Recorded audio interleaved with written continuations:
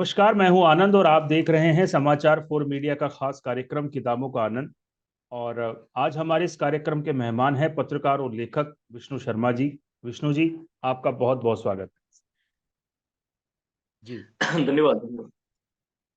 विष्णु जी, आज हमने हमारे इस कार्यक्रम में आपको आमंत्रित किया है। आपकी जो नई किताब आने वाली है इंदिरा फाइल्स, जिसका आपने बताया कि कवर आ चुका है, तो उस इंदिरा फाइल्स पर चर्चा करने के लिए हमने आपको बुलाया है। और हमारा सौभाग्य है कि आपने हमें समय दिया, हमारे कार्यक्रम में आए।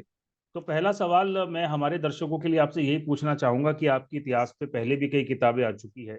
इतिहास के 50 वायरल सच आपकी किताब काफी पॉपुलर है। तो इतिहास में इतनी दिलचस्पी कहाँ से है आप? देखिए, सबसे पहले तो मैं जितने भी दर्शक देख रहे हैं और आपको भी, ये अभी देख रहे होंगे आप, ये बुक का कवर अभी मुझे प्रकाशक ने 2 दिन पहले भेजा है। तो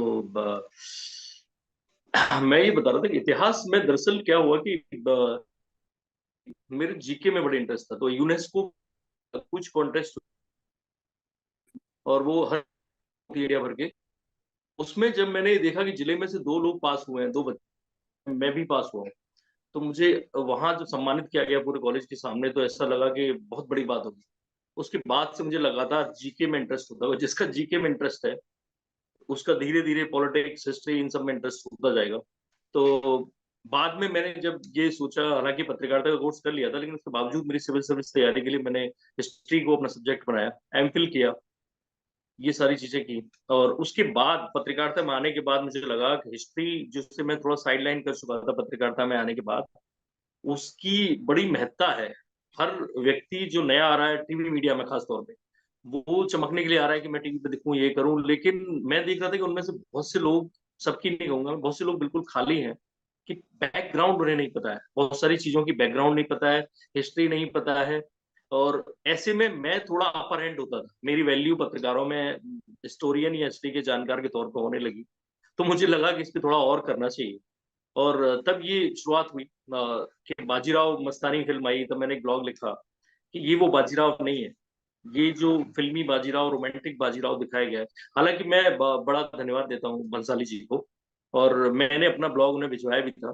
तो मैं बड़ा धन्यवाद देता हूँ कि बाजीराव जैसे योद्धा को, जिसको साइडलाइन कर दिया गया था, इतिहास में कोई खास जगह नहीं थी, उन्होंने उसको एकदम फ्रंट पे ला दिया, लेकिन उन्होंने उसे रोमांटिक दिखाया। और ये रोमांटिक दिखाना ही मुझे थोड़ा अखर गया कि रोमांटिक तो था, लेकिन वो ऐसा योद्धा भी था जिसने 40 लड़ाइयां जीती, हर 6 महीने पे एक लड़ाई लड़ता था, और वो 40 में से एक भी नहीं हारा। 500 घोड़े लेके आया था और दिल्ली पे उसने कब्जा किया। दिल्ली में मुगल बादशाह को एक तरह से बंधक बना दिया लाल किले में, और फिर अपना बंदा नियुक्त करके वो चला गया, लौट गया मराठा में। इतना बड़ा आदमी, तो वो ब्लॉग हिट हुआ। और उसके बाद मैंने एक गुमनाम नायकों की गाथाएं लिख डाली। जी उसके बाद दूसरी कड़ी में इतिहास के 50 वायरल सस्ते। जी। विष्णु जी, मैं आपसे ये समझना चाह रहा हूँ कि आपने इंदिरा गांधी को चुना। अगर इंदिरा गांधी की बात करें तो एक ताकतवर शख्सियत उन्हें भारतीय राजनीति में कहा जाता है। हालांकि जब वो नई नई आई थी तो उन्हें गूंगी गुड़िया कहकर संबोधित किया गया, लेकिन बाद में उन्होंने पाकिस्तान के दो टुकड़े किए, अपने आप को साबित भी किया। इंदिरा गांधी के अलावा और भी कई ताकतवर पर्सनालिटीज हमारे इतिहास में रही है। तो हमारे दर्शकों के लिए मैं आपसे समझना चाहूंगा कि इतिहासकार विष्णु शर्मा ने इंदिरा गांधी को ही क्यों चुना? दरअसल है क्या कि एक बार इंदिरा गांधी को जब 100 वर्ष पूरे हुए थे, तो हम लोगों ने, इंडिया न्यूज में था मैं, तब हमने पूरी सीरीज चलाई थी 100 कहानियों की। उसी के दौरान रिसर्च करते करते मुझे लगा कि कुछ ऐसा है जिसे लौह महिला कहा जाता है। मैं उनका शायद 25वां 30वां कुछ लेटर पढ़ रहा था, जो अपनी दोस्त को लिखती थी, एक विदेश में उनकी दोस्त थी डोरोथी नॉर्मन। उसको लिखती थी कि आज मैं बिल्कुल टूट चुकी हूँ, मतलब बिल्कुल निराश महिला के तौर पर उन्हें मैं देखता था। तो मैं सोचता था कि यार इनकी जो पहलू है जो उनकी लाइफ के, उसमें एक तो बिल्कुल लौह महिला, जिसने, मतलब मैं खुद प्रशंसक हूँ, पाकिस्तान के 2 टुकड़े कर दिए और 1971 का युद्ध जो जीता। कई सारे और काम है जो मैंने अपनी किताब में बताए हैं, जो उन्होंने किए। मैंने उस सीरीज में भी बताया था 5 बड़े काम इंदिरा गांधी के, परमाणु परीक्षण किया, सिक्किम को मिलाया, ऐसे कई काम उनके मैंने बताए। तो लेकिन दूसरी छवि जो बनती है वो इमरजेंसी वाली बनती है, लेकिन इसके अलावा भी बहुत कुछ है। ये कह सकते हैं लोग कि इमरजेंसी उन्होंने गलती से लगा दी, लेकिन ऐसा था नहीं। कैसे वो नेपोटिज्म की बड़ी मिसाल है इंडिया में, जिससे हम और आप जैसे लोग जो छोटे छोटे गांव कस्बों से निकल रहे हैं देश के, वो लोग परेशान क्यों होते हैं, उन्हें सही मुकाम क्यों नहीं मिलता? क्योंकि कुछ लोग उस फील्ड में पहले से जमे बैठे हैं, जो अपने रिश्तेदारों को, जो अपने भाई भतीजों को, जो अपने बच्चों को या गांव के, जाति के, क्षेत्र के, मतलब उन लोगों को आगे बढ़ा रहे हैं।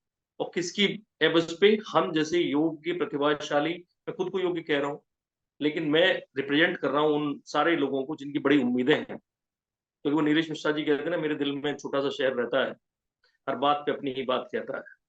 तो वो लोगों को कौन दबाता है? तो उसके लिए मैंने जितना ढूंढा, मैंने ये पाया कि सबसे पहला नेपोटिज्म का जो नाम था वो इंदिरा गांधी। नेहरू जी ने उन्हें कैसे बढ़ाया, इस बात पे कोई नहीं चाहता कि नेहरू जी ने कांग्रेस अध्यक्षा कैसे बनाया, ये आपने लेख कहीं नहीं पढ़े होंगे। और उसके लिए कैसे कैसे, मैं ये नहीं कहूंगा कि मैं कुछ नया निकाल के ला रहा हूँ, वो सारी चीज लोगों ने लिखी है, लेकिन वो किताबों में सब दब गई हैं। तो मुझे लगता है कि जैसे हर दौर में इंदिरा गांधी पे, गांधी जी पे या बाकी लोगों पे फिल्में बनेंगी, वैसी ही किताबें भी लिखी जाएंगी। वो सारा नई पीढ़ी को फिर याद दिलाया जाएगा, और वो सारे एक जगह कलेक्शन इसमें मिलेगा। जी। विष्णु जी, इंदिरा गांधी के ऊपर किताब लिखना मतलब अपने आप में बहुत सारा प्रिंसिपल, बहुत सारा होमवर्क करना है, क्योंकि उनकी जो एक उनका जो जीवन था, बहुत उलझा हुआ व्यक्तित्व था। जो आपने कहा कि एक तरफ तो पाकिस्तान के टुकड़े किए, एक तरफ इमरजेंसी लगाई, दूसरी तरफ एक टूटी हुई महिला, एक बिखरी हुई महिला का आपने जिक्र किया। तो कितना रिसर्च करना पड़ा, कहाँ कहाँ जाना पड़ा, किन किन लोगों से मिलना पड़ा, क्या मुश्किलें इस पुस्तक को लिखने में आई, वो हमारे दर्शकों को। देखिए, इंदिरा गांधी पे पहले ही हमने बताया कि 100 स्टोरी जब हम कर रहे थे तो बहुत सारी रिसर्च तब हो गई थी मोटे तौर पे। और ये सारी रिसर्च जो है, जो पर्सनल, मैंने कहा कि मैं लोगों से अलग से मिलूंगा, क्योंकि मेरी नौकरी उतना टाइम देती नहीं कि मैं जाके अलग अलग लोगों से मिलूं। तो मैं जितने लोगों से जब मिलता था, जो उनके करीबी, अब तो बहुत सारे रहे नहीं है, और जो कांग्रेस के लोग हैं वो बताएंगे नहीं, लेकिन बहुत सारे लोग लिख गए, तमाम सारे, माखनलाल खुटेदार से लेके नटवर सिंह, और उस वक्त के जितने पत्रकार थे, कुलदीप नैयर से लेके एसटी के जो संपादक थे दुर्गादास, कौन कौन, मतलब जिसने नहीं लिखा है उनके बारे में, वो सारी चीजें मैंने पढ़ी, कई किताबें उनके ऊपर आई हैं। कई सारी, आप सोचेंगे कि इसके लिए विकीलीक्स फाइल तक पढ़ी गई है, विकीलीक्स फाइल, केजीबी की फाइल्स, सीआईए की फाइल्स, तो सबके रेफरेंसेस आपको मिलेंगे। आपको केजीबी के बारे में तो लोगों को सबको पता ही है कि उनकी फाइल्स में क्या था, लेकिन सीआईए और विकीलीक्स की फाइल्स में इंदिरा गांधी के बारे में क्या क्या क्या क्या क्या क्या मेंशन था, वो सब आपको इस किताब में पढ़ने को मिलने वाला है।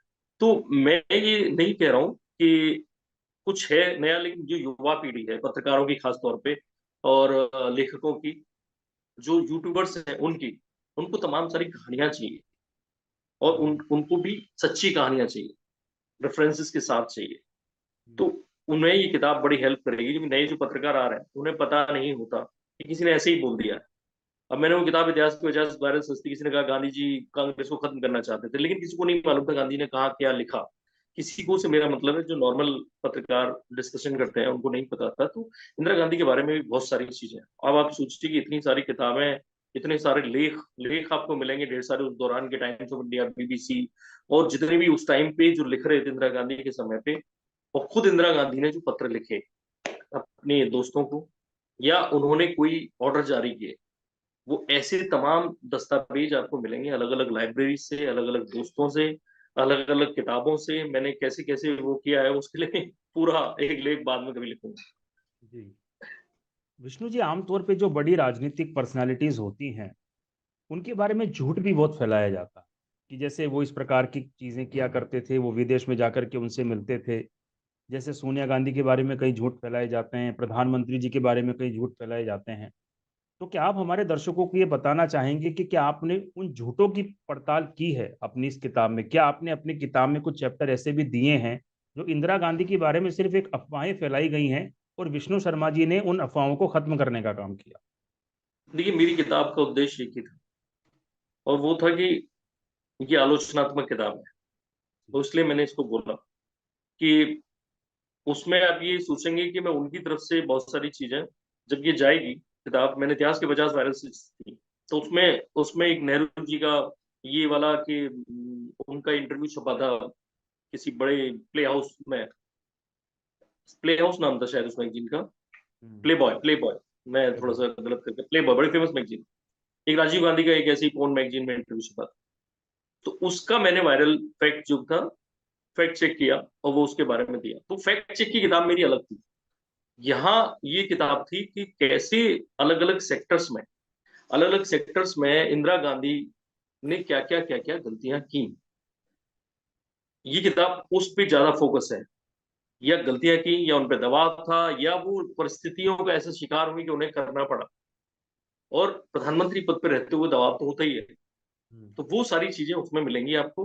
और वो अलग अलग सेक्टर्स में कैसे गेम्स ऑर्गेनाइजेशंस में जो कहते हैं ना पॉलिटिकल नियुक्तियां, वो शुरुआत कैसे उनके टाइम पे हुई, कैसे एजेंसीज को उन्होंने इस्तेमाल किया। तो मैंने कहा ये आलोचनात्मक ज्यादा है, और ये मैं इसलिए बोल रहा हूँ क्योंकि इस किताब को पढ़ने का आप सोचेंगे क्यों लिखी गई, क्योंकि वन साइडेड हो सकती है। तो ऐसे में देखिए दो चीजें हैं। जो व्यक्ति इंदिरा गांधी का विरोधी है, वो इसलिए से पढ़ेगा कि कल को उसको बोलने के लिए उसके पास बहुत मसाला है रेफरेंसेस के साथ। मैंने कहा कि झूठ नहीं है, वो कहीं ना कहीं हर चीज का एक रेफरेंस लिंक किस किताब में है, किस में कहाँ से लिया गया, वो दिया गया।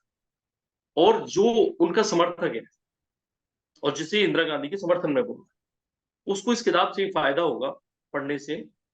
चाहे वो पत्रकार हो या नेता हो या उनका वैसे ही समर्थक हो, उसको ये फायदा होगा कि उसको कम से कम ये पता होगा कि इंदिरा गांधी पे क्या आरोप है। जी तो अब इनका जवाब ढूंढे, एक किताब की एवज में एक और किताब लिखे, लेख लिखे। तो वो ढूंढे, मे भी कुछ नई चीजें मुझे भी पता चल जाए, क्योंकि कोई भी किताब संपूर्ण नहीं होती। कोई भी व्यक्ति जैसे परिपूर्ण अपने आप में नहीं होता, वो किताब कोई भी संपूर्ण नहीं है। मैंने एक एंगल उठाने की कोशिश की। अब देखिए लगातार, वरना ये होता कि तुर्कमान गेट पे इंदिरा गांधी पे जो फिल्म आई, मधुर भंडारकर ने जो बनाई, हम्म, और इंदु सरकार, और दूसरी अब कंगना बना रही है। तो किसको इमरजेंसी। तुर्कमान गेट पता था? तो कई सारी चीजें ऐसी, इतनी सारी नई चीजें इस किताब में आने वाली हैं। हम्म, नई मतलब हो चुकी हैं सब, लेकिन एक जगह कलेक्शन बहुत सारी चीजों का यहाँ मिलेगा। जी, इमरजेंसी पे मेरा अगला सवाल था। आपने बता दिया कि कंगना रनौत जी इमरजेंसी बना रही हैं। तो मैं आपसे ये पूछना चाह रहा था कि आप तो फिल्म क्रिटिक भी हैं, आप फिल्म समीक्षाएं लिखते हैं, आप फिल्मी जगत के लोगों में उठते बैठते हैं। तो जबकि अब सबको पता है कि भाई आप इंदिरा गांधी के ऊपर किताब लेकर के आ रहे हैं, उधर इंदिरा गांधी के ऊपर फिल्म बन रही है, तो क्या इमरजेंसी के निर्माताओं ने आपसे कोई संपर्क किया किसी फैक्ट के लिए, किसी तथ्य के लिए कि हम इस प्रकार से नहीं, फिल्म बना रहे हैं, आपकी मदद चाहिए? मैंने जरूर उनसे संपर्क करने की कोशिश की। और कंगना की मैनेजर से मेरी बात हुई, मतलब व्हाट्सएप पे ही बात हुई। हम्म, मैंने जब भी उनका ट्रेलर, वो प्रोमो छोटा वाला आया जो, जी, और उसमें उन्होंने जो बोला, जो सीन दिखाया जिसमें बोल रही है कि मेरे सहयोगी मुझे सर बोलते हैं। आपने हम्म, देखा होगा शायद। जी, जी, तो मैंने, अब उसमें उसमें एक हिस्टोरिकल गलती है। अगर वो फिल्म में भी जाती है तो गड़बड़ होगी। अब ये बात जब फिल्म आएगी तब मैं लिखूंगा।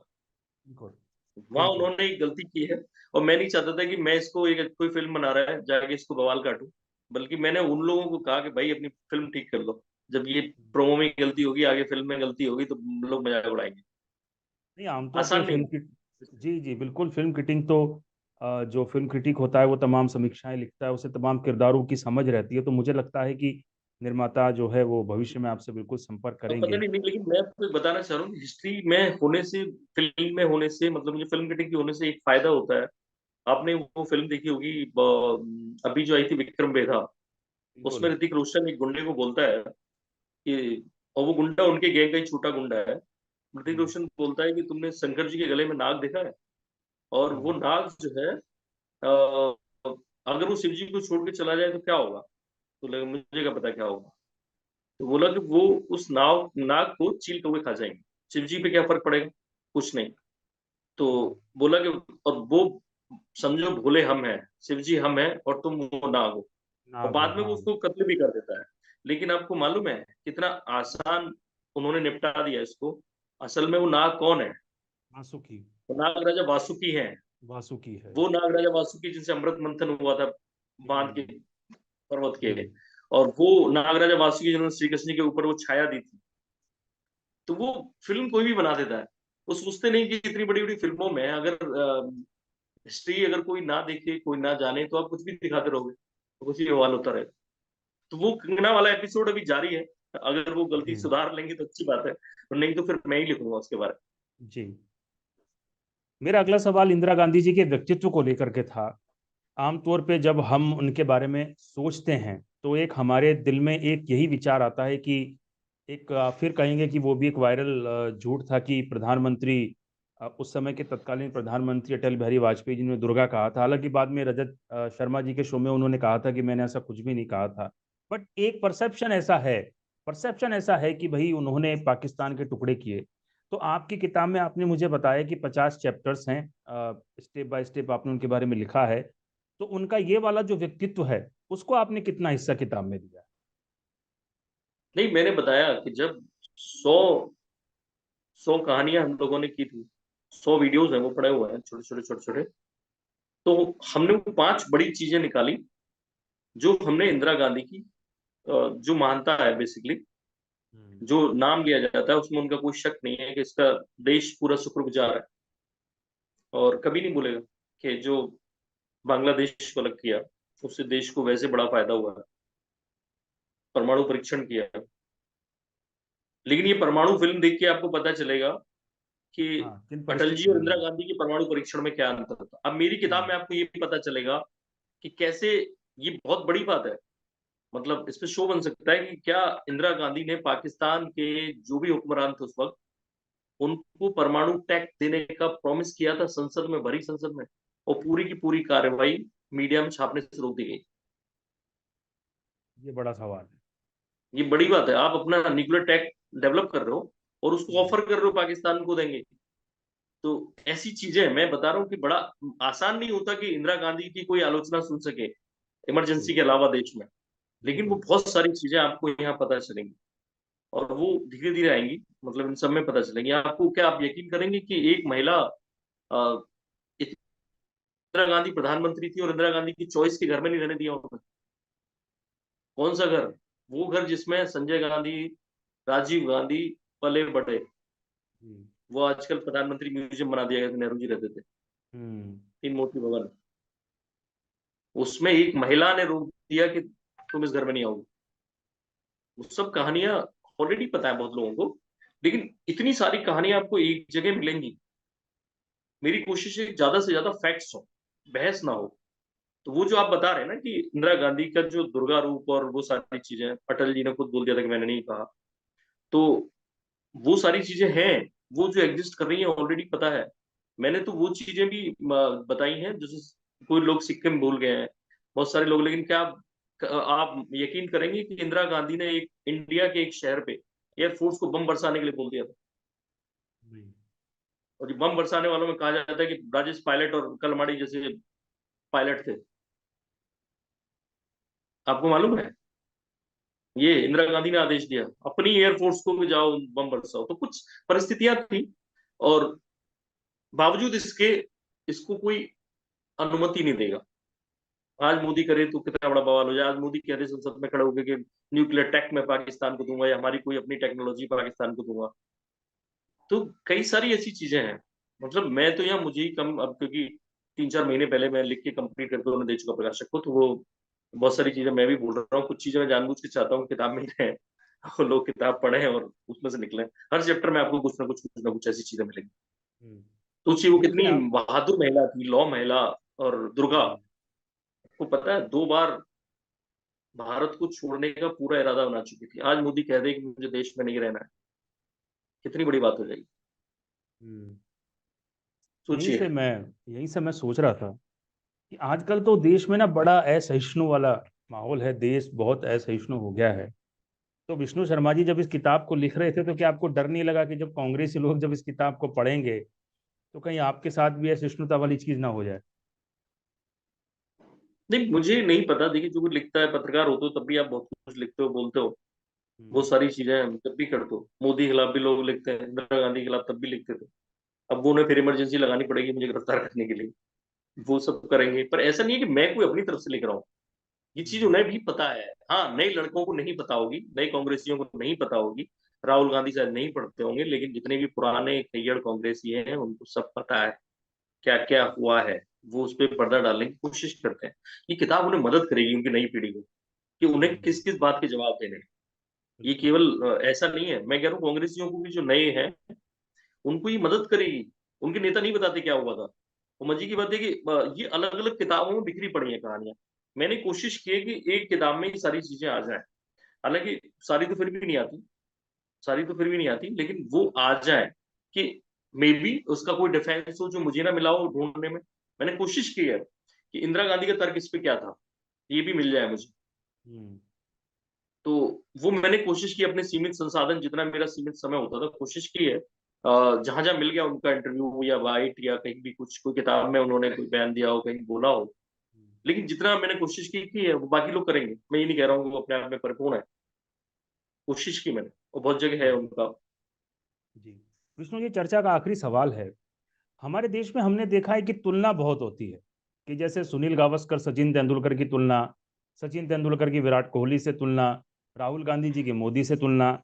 तो मैं आपसे ये पूछना चाहूंगा कि देखिए, जब आपकी किताब मार्केट में आएगी, क्योंकि एक धड़ा इस देश में ऐसा भी है जो प्रधानमंत्री नरेंद्र मोदी को भी तानाशाह कहता है, और प्रधानमंत्री जो उस समय जो इंदिरा गांधी थी, वो तो अपना तानाशाही रवैया जो उन्होंने पूरे देश को दिखाया था इमरजेंसी लगा के।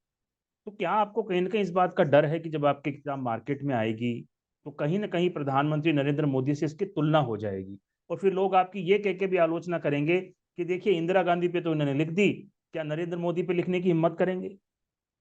नहीं, वही है कि नरेंद्र मोदी पे जो किताबें आनी है, अब जो इंदिरा गांधी पे इतने दिन बाद हम किताबें लिख रहे हैं, जबकि सारी फाइल्स खुल गई हैं। कई ऐसी फाइल्स हैं जिन पे रूल लगे होते थे।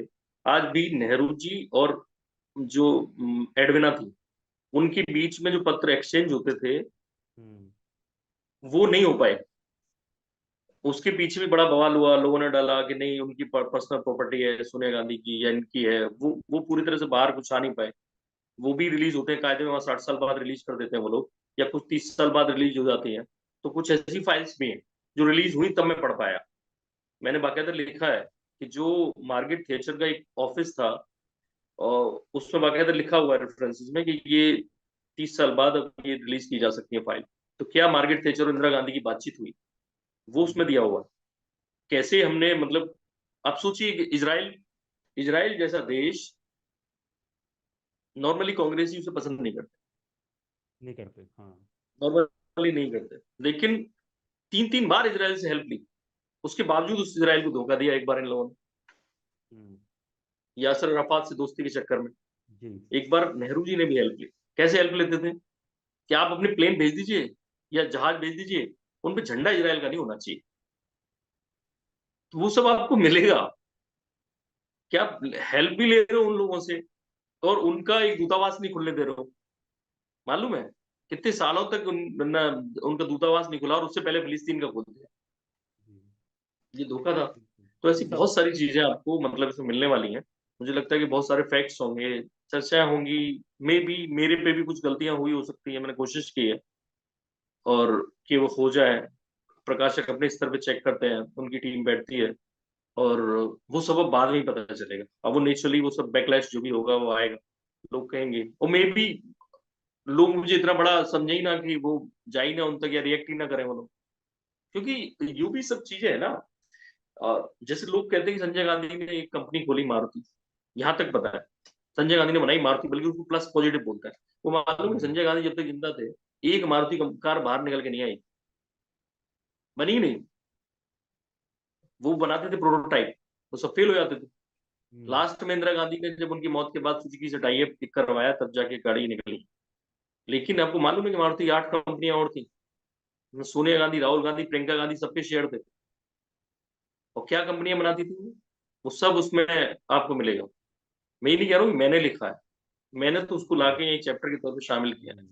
लोगों ने लिखा है, और नहीं, ये बाकायदा पूरा। बिल्कुल, ये पूरी ईमानदारी से आप इस चीज को स्वीकार कर रहे हैं कि आपने तथ्यों को समेटा है और एक जगह नहीं, लाकर के बिल्कुल। एक सूत्र में उसको पिरो दिया है। बिल्कुल, हम भी यही उम्मीद करते हैं कि जब मार्केट में ये किताब आएगी तो वाकई में जो आपने मुझे बताया कि छात्रों के लिए भी उपयोगी साबित होगी, और राजनीति के जो विद्यार्थी हैं उनके लिए तो उपयोगी साबित होगी ही होगी। पत्रकारों तो के लिए होगी विष्णु सबसे शर्मा बड़ी जी, बात। जी, तो विष्णु जी, आपने हमें आज इस चर्चा के लिए समय दिया, उसके लिए मैं अपनी पूरी समाचार फॉर मीडिया की टीम की ओर से आपका धन्यवाद करता हूँ। बहुत बहुत धन्यवाद। बहुत बहुत धन्यवाद मुझे मौका देने के लिए। Thank you.